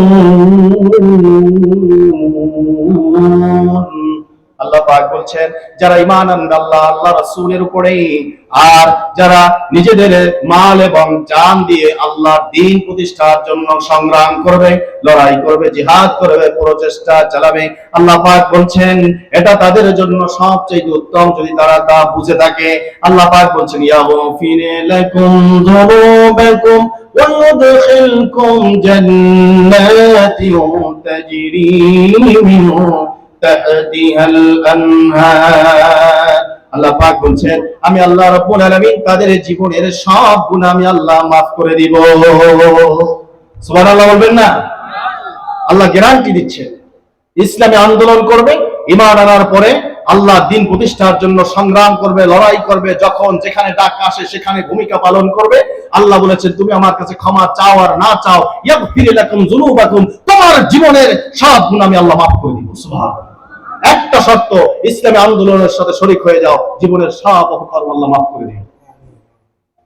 শুধু মাফ করবেন না, আল্লাহ গ্যারান্টি দিচ্ছেন ওয়াইদখিলকুম, তোমাকে প্রবেশ করাবো জান্নাতিন তাজরি মিন তাহতিহাল আনহার, এমন এক জান্নাত দান করব যেই জান্নাতের তলদেশ থেকে দুধের ঝর্ণা, মধুর ঝর্ণা, সুমিষ্ট পানির ঝর্ণা প্রবাহিত হতে থাকবে। সেই ঝর্ণা এক ঢোক পানি খেলে জীবনে আর তৃষ্ণা আসবে না। সুবহানাল্লাহ বলবেন না? সেই জান্নাতে আমি তোমাদেরকে প্রবেশ করব। কোরআনুল কারীম আল্লাহ রাব্বুল আলামিন অন্যত্র সূরা কাহাফের ভিতরে আল্লাহ পাক বলছেন ইন্নাল্লাযীনা আমানু ওয়া আমিলুস সালিহাতি কানাত লাহুম জান্নাতুল ফিরদাউসি নুজুলা খালিদিনা ফিহা লা ইয়াবগুনা আনহা হিওয়ালা। আল্লাহ রাব্বুল আলামিন বলছেন যারা নিশ্চয়ই যারা ঈমান এনেছেন, সৎ কাজ করেছেন, জীবনের সব ক্ষেত্রে কোরআনের বিধানকে মেনে নিয়েছেন, আল্লাহ রাব্বুল আলামিন বলছেন তাদেরকে আমি জান্নাতুল ফিরদাউসের মেহমান বানায়া দিব। সুবহানাল্লাহ। রাসূলুল্লাহ বলেছেন তোমরা যদি আল্লাহ রাব্বুল আলামিনের কাছে হাত তুলে যখন আল্লাহর কাছে জান্নাতের প্রার্থনা করবে, তখন যেন জান্নাতুল ফিরদাউসের জন্য প্রার্থনা করো, কারণ জান্নাতুল ফিরদাউস হচ্ছে সবচেয়ে উত্তম মেহমানখানা। ওই জান্নাতুল ফিরদাউসের মেহমান বানায় দিবেন আল্লাহ পাক। আর আল্লাহ পাক বলছেন তাজরি মিন তাহতিহাল আনহার, আমি এমন এক জান্নাত তোমাদেরকে দান করব যার তলদেশ থেকে নহর প্রবাহিত থাকবে, তোমাদেরকে ঢুকাবো খালিদিনা ফিহা, চিরকাল ধরে সেখানে রাখবো, লা ইয়াবগুনা আনহা হিওয়ালা, এমন এমন সাজসজ্জা সেখানে থাকবে, এমন সুন্দর করে তাদেরকে আপ্যায়ন করা হবে। তাফসীরের ভিতরে এসেছে আল্লাহ রাব্বুল আলামিন তাদের জন্য সুন্দর করে সাজায় রাখবেন, এক সাজানো দিয়ে প্রত্যেকদিন চলবে না। আল্লাহ রাব্বুল আলামিন বুঝাতে চেয়েছেন প্রতিদিন তাদের জন্য নতুন নতুন করে জান্নাতকে সাজাতে থাকবেন, আর এক খাবার প্রত্যেকদিন খাওয়াবেন না। আল্লাহ রাব্বুল আলামিন তাদেরকে প্রতিনিয়ত নতুন নতুন খাবারের আপ্যায়নের ব্যবস্থা করবে। কে বলেছেন? কে বলেছেন? লা ইয়াবগুনা আনহা হিওয়ালা, নতুন নতুন করে যখন সাজানো হবে, নতুন নতুন করে যখন আপ্যায়নের ব্যবস্থা করা হবে, ওই জান্নাতুল ফিরদাউসের ভিতরে ওই মেহমানখানায় যারা থাকবে তারা কশিন কালেও ওইখান থেকে বের হওয়ার ইচ্ছাও পোষণ করবে না। কথা বুঝতেছেন? মনে করেন এখানে আপনারা সবাই এসেছেন, আমিও এসেছি, যদি সুন্দর আপ্যায়ন হয়, এই সাজসজ্জা না থাকে, আরো উন্নত মানের থাকে, আরো সুন্দর ব্যবস্থাপনা হয়, সুন্দর সুন্দর খাবারের প্যাকেট দেওয়া হয়, আবার ঘোষণা করা হয় একটু পরে আপনাদেরকে আরো উন্নত মানের খাবার দিবে, একটা লোক যাবে? যাবে? কেউ যাবে না, সবাই থাকবে। ফোন করবে বাড়িতে, আস্তে আস্তে করে মাথা লুকিয়ে ফোন করবে ছেলেকে, তাড়াতাড়ি আসো, এখানে বিরিয়ানির ব্যবস্থা আছে। ঠিক কিনা? কষ্ট পেয়েছেন? আল্লাহ রাব্বুল আলামিন এভাবে করে তাফসীরের ভিতরে এসেছে তারা লা ইয়াবগুনা আনহা হিওয়ালা, কখনো তারা বের হতে যাবে না, কারণ হচ্ছে তাদের জন্য নতুন নতুন সাজসজ্জা থাকবে প্রতিনিয়ত, আর তাদের জন্য নতুন নতুন আপ্যায়নের ব্যবস্থা আমি আল্লাহ করে দিব, যার কারণে তাদের ওই নতুন নতুন কি আসবে সেটার দিকে তাদের আকাঙ্ক্ষা থাকবে, আর সেটা পেয়ে খুশিতে তারা আত্মহারা হয়ে যাবে। ওই জান্নাতুল ফিরদাউস থেকে এক মুহূর্তের জন্য বের হওয়ার ইচ্ছা তাদের অন্তরে পোষণ করবে না। সুবহানাল্লাহ। সেই জান্নাতে আমরা যেতে চাই? যেতে চাই কিনা? সেই জান্নাতে যদি যেতে চাই তাহলে আল্লাহর কোরআনকে জীবনের সব ক্ষেত্রে মেনে নিতে হবে। পারবো তো ইনশাআল্লাহ? আল্লাহর কোরআনকে ব্যক্তি জীবন, পারিবারিক জীবন, সামাজিক জীবন, রাষ্ট্রীয় জীবনের সব ক্ষেত্রে বাস্তবায়ন করার জন্য প্রচেষ্টা অব্যাহত করতে হবে। আপনি যদি এটা না করেন তাহলে আপনি ঘরের গার্ডিয়ান, কিয়ামতের দিন আপনি আসামি হবেন। কুল্লুকুম রাঈন ওয়া কুল্লুকুম মাসউলুন আন রাইয়াতিহি।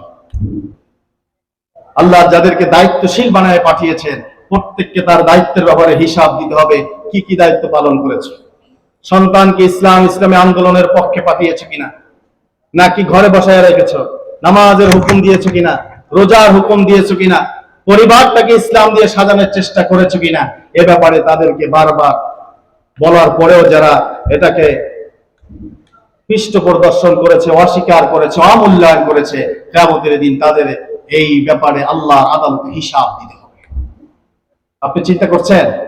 অনেক টাকাওয়ালা, বাড়িওয়ালা, গাড়িওয়ালা চিন্তা করছে আমার আর কিসের চিন্তা, আমি তো টাকা, বাড়ি, গাড়ি সবকিছু আমার ছেলে মেয়ে বউ বউ সবার নামে করে দিয়েছি, আমার আর কিসের চিন্তা, আমি তাদের হক আদায় করেছি। না, আপনি হক আদায় করতে পারেননি, আপনি তাদেরকে কোরআনের ছাঁচে আপনি তাদেরকে গঠন করতে পারেননি, এখানেই আপনি ধরা খেয়ে যাবেন। কষ্ট পেয়েছেন? একটু চিন্তা করেন না নিজের জীবনের ব্যাপারে কি করতে পেরেছে। একজন মানুষের কথা বলি, বিশ্বনন্দিত মুফাসসিরে কোরআন আল্লামা শহীদ আল্লামা দেলোয়ার হোসেন সাঈদী রাহমাতুল্লাহ আলাইহি কোরআনের সেই পাখিটা যাকে 13টি বছর নির্যাতন নিপীড়ন করে যাকে বিস্ফোরণের মাধ্যমে শহীদ করেছে, সেই কোরআনের পাখি নিজের ব্যক্তি জীবনকে কোরআন দিয়ে কিভাবে সাজিয়েছে বিশ্বাস করবেন। যখন এমপি ছিল তার সাথে থাকা যেই ব্যক্তি মাওলানা শফিকুর রহমান তার নাম, তিনি আল্লামার সঙ্গীত ছিলেন, পিএস যেটাকে বলে আর কি। কোন একটি রিপোর্ট তার বিরুদ্ধে আল্লামার কানে পৌঁছে যাওয়ার সাথে সাথে মাওলানা শফিককে ডেকে বলেছিলেন, মাওলানা শফিক, কঠিন দায়িত্ব তোমার মাথার উপরে, আল্লাহকে ভয় করে জীবন চালাও। খবরদার একটা ভুল সিদ্ধান্ত যদি হয় আল্লাহর আদালতে তোমাকে জবাবদিহি করতে হবে, সে আল্লাহকে ভয় করে পরিচালনা করো। আল্লামার ছেলে মাসুদ ভাই, আমাদের ওই ভাইটা কই চলে গেছে, বক্তব্য দিছে যে হ্যাঁ কি যে নাম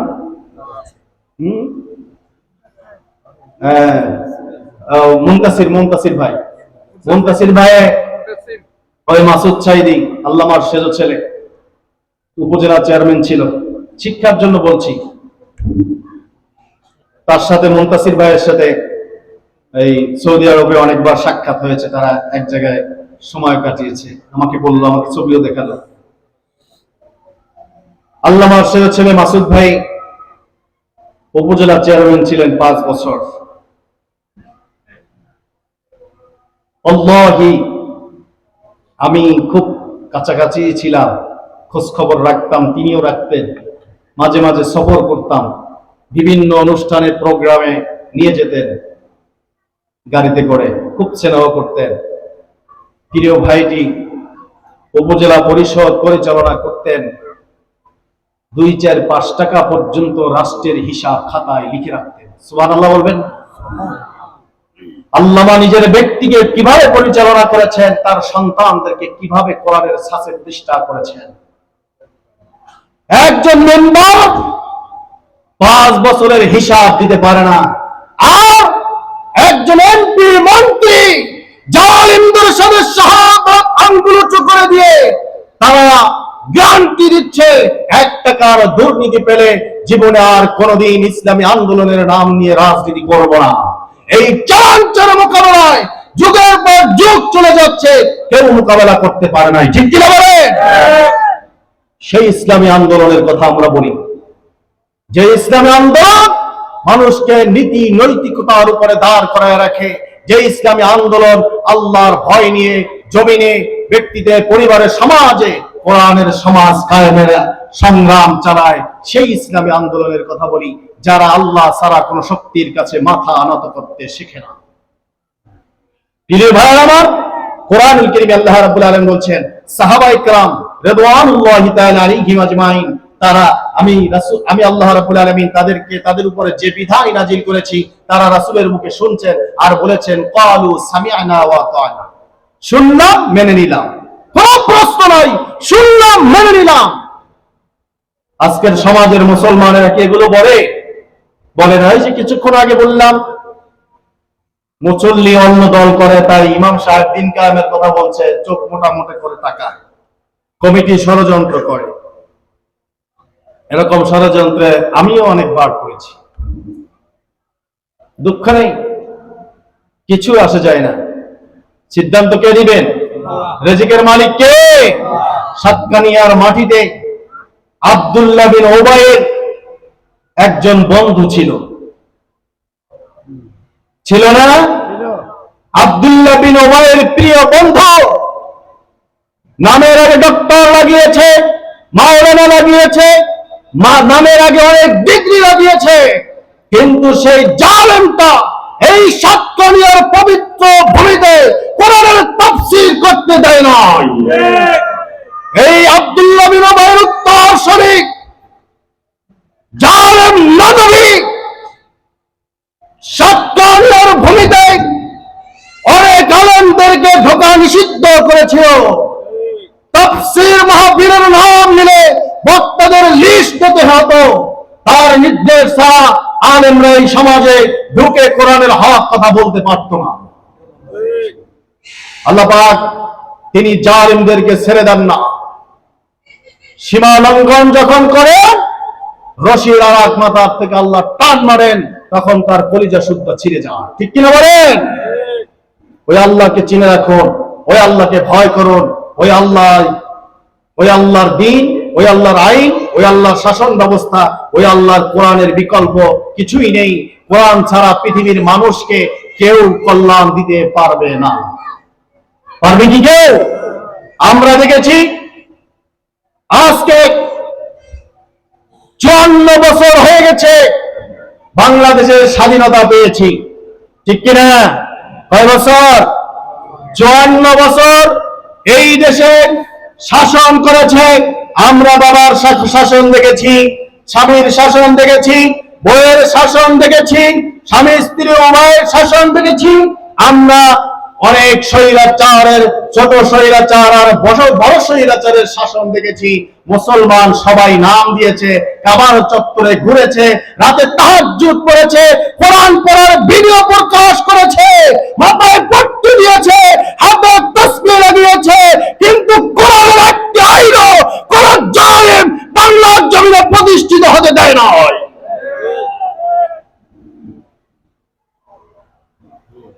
আমাদের লড়াই, আমাদের সংগ্রাম, আমাদের ইমানের দাবি, আগামীর বাংলাদেশ কোরআনের বাংলাদেশ প্রতিষ্ঠা করতে হবে। নারে তাকবীর!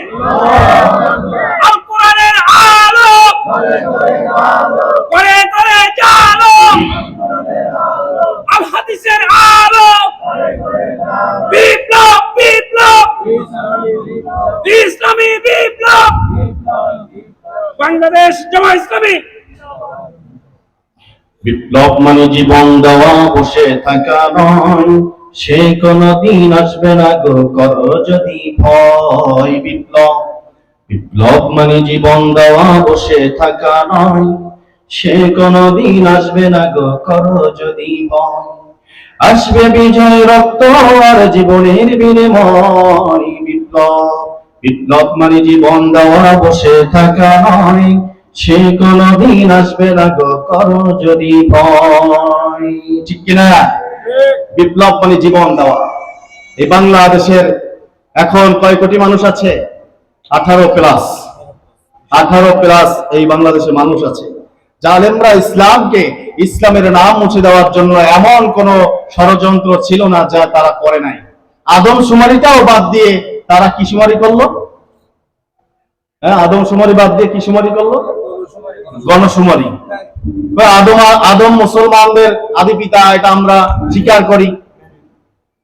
এই জন্য ওই আদম আলাইহিস সালাম আল্লাহর প্রেরিত রাসূল, এটা আদমশুমারিও বাদ দিয়েছে। মুসলমানদেরকে, মুসলমানেরা দাবি করা মুসলমানই, নামাজ পড়া মুসলমান, হজ করা মুসলমান, মানুষকে বানরের জাত বানাই দিয়েছে।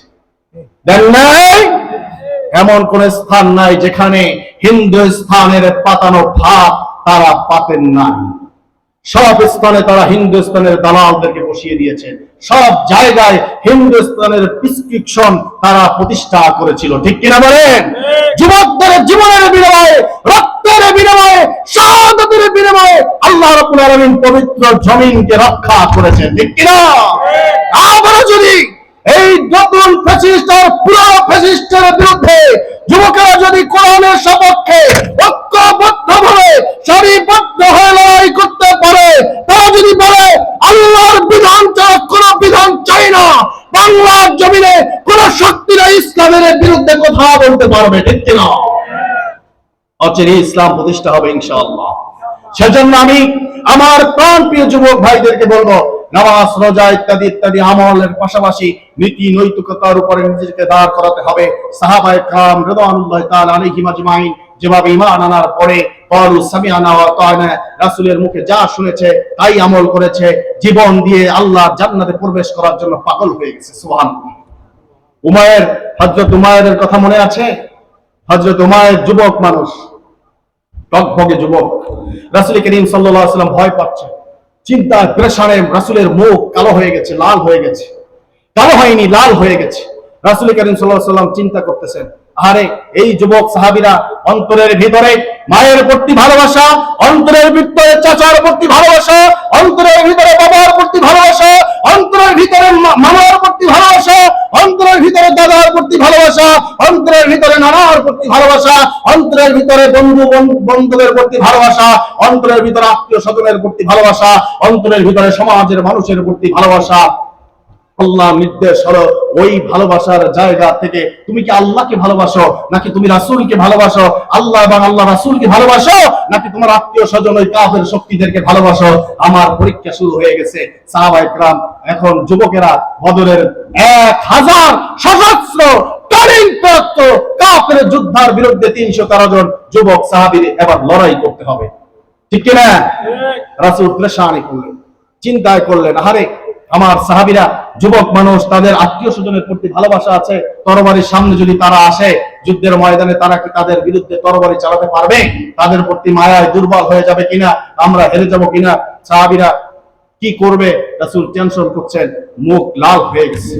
রাসূলুল্লাহ বক্তব্য দিলেন, তোমরা সেই জান্নাতের দিকে ধাবিত হও যেই জান্নাত আল্লাহ রাব্বুল আলামিন মুজাহিদদের জন্য সাজায় রেখেছেন। সুবহানাল্লাহ। হযরত উমর রাদিয়াল্লাহু তাআলা আনহু রাসূলের মুখে জান্নাতের বর্ণনা শুনে খেজুর খাচ্ছিলেন, খুরমাগুলো ফেলে দিয়ে তিনি জিহাদের ময়দানে ঝাঁপিয়ে পড়েছেন। বদরের প্রান্তরে জীবন দিয়ে শাহাদাত বরণ করেছেন 14 জন সাহাবীর ভিতরে হযরত উমাইর রাদিয়াল্লাহু তাআলা আনহু, তিনি শাহাদাত বরণ করেছেন।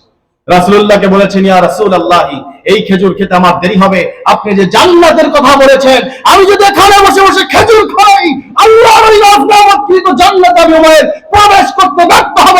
হে রাসূল, খেজুর খাওয়ার সময় আমার নাই, আমি আল্লাহর জান্নাতে যেতে চাই। আল্লাহু আকবার। তাকবীর। হযরত উমাইর রাদিয়াল্লাহু তাআলা আনহু তিনি যুদ্ধের ময়দানে ঝাঁপিয়ে পড়লেন, শাহাদাত বরণ করলেন। রাসূল করিম সাল্লাল্লাহু আলাইহি ওয়াসাল্লাম যুদ্ধের শেষে সাহাবায়ে কেরাম রাসূলকে ডেকে বললেন, ইয়া রাসূলুল্লাহ, যেই উমাইর খেজুর ফেলে দিয়ে জিহাদের ময়দানে জান্নাতে ঢোকার জন্য ঝাঁপিয়ে পড়েছিলেন, সেই উমাইর শাহাদাত বরণ করেছে। আল্লাহর নবী হযরত উমাইর রাদিয়াল্লাহু তাআলা আনহুর দিকে শাহাদাত আঙ্গুল দিয়ে ইশারা করে বললেন, উমাইর, যেই জান্নাতের পিপাসায় তুমি খেজুর ফেলে দিয়ে, খুরমা ফেলে দিয়ে জিহাদের ময়দানে ঝাঁপিয়ে পড়েছো, আমি নবী সাক্ষী দিচ্ছি তুমি সেই জান্নাতের অধিবাসী। আল্লাহু আকবার। ওই জান্নাতে আমরা যেতে চাই, যেতে চাই। যদি যেতে চাই তাহলে আল্লাহর দ্বীন প্রতিষ্ঠার সপক্ষে সাহাবায়ে কেরাম যেভাবে ভূমিকা পালন করেছিল, আমাদেরকেও সেভাবে ভূমিকা পালন করতে হবে। আমার ভাইজান, আমার বন্ধুগণ, আল্লাহ রাব্বুল আলামিন কোরআনুল কারীমের ভিতরে আল্লাহ পাক বলেন, সাহাবায়ে কেরাম তারা ঈমান আনার পরে যেভাবে আমার বিধানকে মেনে নিয়েছে, তারা যেভাবে আমার বিধানকে মেনে নিয়েছে, আমি আল্লাহ রাব্বুল আলামিন সাহাবীদের উপরে খুশি হয়ে গেছি। সাহাবীরা আমার উপরে খুশি ছিল, যার কারণে সাহাবায়ে কেরাম যখন যা কিছু আমার কাছে চাইতেন, খুঁজতেন, আমি আল্লাহ রাব্বুল আলামিন সাহাবীদের সব দোয়াকে আমি আল্লাহ কবুল করে নিয়েছি। সুবহানাল্লাহ। সাহাবীদের সম্মান কিয়ামত পর্যন্ত থাকবে। কেন? সাহাবা একরাম বলেছিল ক্বালু সামি'না ওয়া আতা'না, আল্লাহর পক্ষ থেকে যেই মেসেজ আসে আমাদের উপরে সেটাই গ্রহণ করব। বাবার সম্পদ যদি নাও পাই কিছু আসে যায় না, বাবার ঘরে ঢুকতে যদি নাও পারি কিছুই আসে যায় না, আত্মীয় স্বজন যদি আমাকে বয়কট করে কিছুই আসে যায় না। আল্লাহর দিকে তাকিয়ে আছে, আজকে তরবারি চালানোর জন্য বাবা চাচা কাউকে দেখার সুযোগ নাই। ওই আল্লাহকে খুশি করার জন্য সবার বিরুদ্ধে জিহাদের ময়দানে আজকে বদরের প্রান্তরে আমাদেরকে তরবারি চালাতে হবে। আল্লাহর ভয় অন্তঃকরণে রেখে সাহাবা একরাম কোন আত্মীয় স্বজন বাবা চাচা খালু মামুকে ছেড়ে দেন নাই। আল্লাহ খুশি হয়ে বলেছেন ইয তাস্তাগীসুনা রাব্বাকুম আইয়ুমিদ্দাকুম বিআলফিন মিনাল মালাইকাতি মুদরিফিন।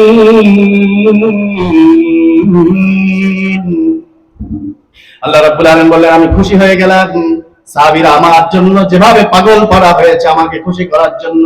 ও সাহাবী, আমিও খুশি হয়ে গেলাম।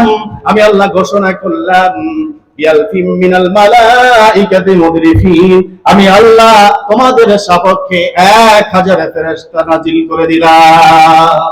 সুবহানাল্লাহ বলবেন না? কয় হাজার ফেরেশতা, কয় হাজার নাজিল হলো?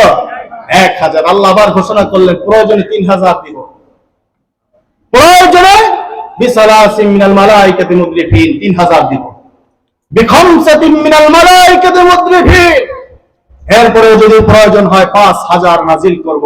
আমি আল্লাহ তোমাদের প্রতি খুশি হয়ে গেছি। যুবকরা, তোমরা তোমাদের মামা খালু চাচা কাউকে ভালোবাসনি, আল্লাহকে ভালোবেসেছো, আল্লাহ রাসূলকে ভালোবেসেছো, আল্লাহর কোরআন প্রতিষ্ঠার জন্য পাগল পড়া হয়ে গেছো। আমি আল্লাহ তোমাদের জন্য ফেরেশতা নাজিল করে দিলাম।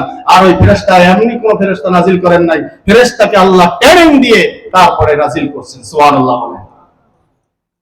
আল্লাহ রাব্বুল আলামিন বলছেন ফাদরিবু ফাওকাল আ'নাকি ওয়াদরিবু মিনহুম কুল্ল বানান। আমি আল্লাহ রাব্বুল আলামিন ফেরেশতাদেরকে শিখিয়ে দিয়েছি, ও ফেরেশতারা কাফেরদের জোড়ায় জোড়ায় গিয়ে আঘাত করে ফেলে দিবা। কোরআন এই আয়াত বলছে আল্লাহ ওই ফেরেশতাদেরকে ট্রেনিং দিয়েছে, আরশে আজিমে ট্রেনিং দিয়েছে, ট্রেনিং দিয়ে যুদ্ধের ট্রেনিং দিয়ে তারপরে মুসলমানদের সপক্ষে পাঠিয়েছেন। সে আল্লাহ আছে না নাই? চিৎকার দিয়ে বলেন আছে না নাই? আজকে আরেকটা বিপ্লব দরকার বাংলার জমিনে। সেই বিপ্লবে যুবক বৃদ্ধ তরুণ তরুণী নারী পুরুষ সকলকে সক্রিয়ভাবে ভূমিকা পালন করতে হবে ময়দানে। প্রয়োজনে সবাইকে জীবন বাজি রেখে কোরআনের আইন প্রতিষ্ঠার জন্য আরেকটা বিপ্লব ঘটাতে হবে। সেই বিপ্লবের মাধ্যমে আল্লাহর কোরআনকে বাস্তবায়ন করার জন্য আমাদেরকে প্রচেষ্টা চালাতে হবে। সিরাতুন নবীর মাহফিলের এটাই সবচেয়ে বড় দাবি। শুধু নবীর জীবনের গল্প শুনলে হবে না, রাসূলের জীবনের এই আদর্শগুলো জীবনে ধারণ করতে হবে। এটাই হচ্ছে সবচেয়ে বড় গল্প রাসূলের জীবনে। সিরাতুন নবী মাহফিলের এটাই হচ্ছে বড় সবচেয়ে বড় শিক্ষা। রাসূলকে অন্তর থেকে ভালোবাসি, রাসূলকে তো সবাই ভালোবাসে, বাসে না? সবাই ভালোবাসে কিনা? বেনামাজিকে বলবেন সেও ভালোবাসে, দাড়ি কিরিং করে তাকেও বলবেন যে আমি রাসূলকে ভালোবাসি, ঠিক কিনা? দেখবেন কিছু মানুষ আছে নামাজ পড়ে না, রোজা রাখে না, কিন্তু রাসূল করিম সাল্লাল্লাহু আলাইহি সাল্লামের বিরুদ্ধে যদি কেউ কথা বলে সে ময়দানে সবার আগে ঝাঁপিয়ে পড়ে। এরকম লোক আছে না? আছে। এটা আপনি আপনার ইমানের বিন্দু মাত্র দাবির কারণে আপনি ঝাঁপিয়ে পড়েছেন, ঠিক। রাসূলের এই আদর্শকে ধারণ না করলে কিয়ামতের দিন, আমি আবারও বলছি, কিয়ামতের দিন আমরা আসামি হয়ে যাব। প্রিয় ভাইরা, যে ইসলামের জন্য রাসূল মার খেয়েছেন, কিয়ামতের দিন ওই রাসূল যদি বলেন আজকে আমি তোমাকে কিভাবে সুপারিশ করব? তুমি তো টেন্ডারবাজি করেছো, চাঁদাবাজি করেছো, তুমি তো বিচারের নামে টাকা খেয়েছো, তুমি যে বালুর ব্যবসা করেছো অবৈধভাবে, মাটির ব্যবসা করেছো অবৈধভাবে, তুমি করেছো সব মানুষের ক্ষতি, সমাজের ক্ষতি, রাষ্ট্রের ক্ষতি, জনগণের ক্ষতি, মানুষের অধিকারকে নষ্ট করেছো। তুমি তো, তোমার নীতি নৈতিকতা ছিল না, রাসূলের আদর্শ তুমি গ্রহণ করনি, আজকে তোমাকে আমি কিভাবে সুপারিশ করব? বিপদ আছে না নাই? অবশ্যই বিপদ আছে। প্রিয় ভাইরা, সেজন্য বলবো সাহাবায়ে কেরাম যে আদর্শ ধারণ করেছিল, যখনই তারা ঈমান আনলো, আল্লাহ পাক ঘোষণা করলেন রহমানের বান্দা যারা, ইবাদুর الرحمن الذين يمشون على الأرض هونا وإذا خاطبهم الجاهلون قالوا সালামা। রহমানের বান্দা যারা, তারা হবে নরম মেজাজের মানুষ, তাদের হৃদয় থাকবে বিশ্বনবী মুহাম্মদ সাল্লাল্লাহু আলাইহি ওয়াসাল্লামের হৃদয়ের মতো। সুবহানাল্লাহ বলবেন না? রাসূল কাউকে গালি দেন নাই, রাসূলকে মেরেছেন, কারো উপরে রাসূল আক্রমণ করেন নাই। রাসূল যখন ক্ষমতা পেয়েছেন, রাসূল ক্ষমতা পান নাই? মদিনায় 10 বছর রাষ্ট্রপ্রধান কে ছিলেন? বিশ্বনবী মুহাম্মদ রাসূলুল্লাহ সাল্লাল্লাহু আলাইহি ওয়াসাল্লাম। এই বাংলাদেশে অনেক মুসল্লি আছে, অনেক বাবারা আছে, অনেক দাড়িপাখা মানুষও আছে, অনেক বুজুর্গরা আছে, যারা আল্লাহ রাসূলের মদিনার এই শাসন ব্যবস্থা, এই রাজনৈতিক জীবন তারা দেখেন না। এই বন্দিনীতি, সন্ধিনীতি, রাজনীতি, শাসন ব্যবস্থা, বিচার ব্যবস্থা তারা দেখেন না। অন্ধের মতন জীবন যাপন করে আর বলে সারা রাত ইবাদত করে বুজুর্গ হয়ে গেছে। তুমি বুজুর্গ কিভাবে হবে? রাসূলের মদিনার এই প্রেসিডেন্টের জিন্দেগি তোমাকে স্মরণ করতে হবে, সেই জিন্দেগি মুসলমানদেরকে ধারণ করতে হবে, সেই জিন্দেগিকে দিয়ে মুসলমানদের জীবন সাজাতে হবে। আজকে আপনারা সিরাতুন নবী মাহফিল দিয়েছেন। সিরাত মানে কি? সিরাত মানে হচ্ছে নবুয়তের জিন্দেগি থেকে রাসূলের ইন্তেকাল পর্যন্ত যা ঘটেছিল সেটা হচ্ছে সিরাত। বুঝেছেন আমার কথা? রাসূলের জিন্দেগি সিরাত, এটা হচ্ছে কি নবুয়তের পর থেকে শুরু করে মৃত্যু পর্যন্ত যা ঘটেছিল সেটাই হচ্ছে সিরাত।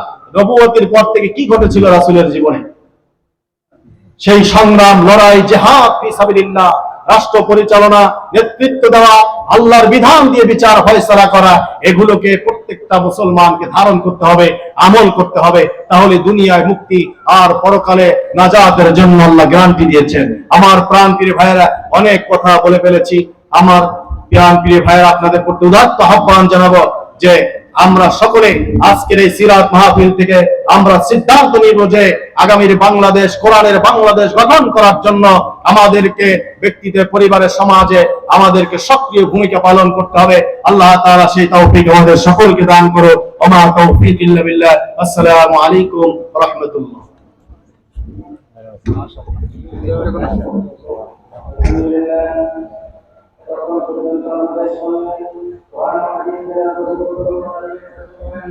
حضور فلس مرتضى حضرت العلام جناب مولانا আব্দুল্লাহ আল নোমান জাহাদি সাহেব, আমি হুজুরকে সিরাতুন নবী সাল্লাল্লাহু আলাইহি ওয়াসাল্লাম মাহফিল কমিটির পক্ষ থেকে আন্তরিক মোবারকবাদ জানাচ্ছি। সম্মানিত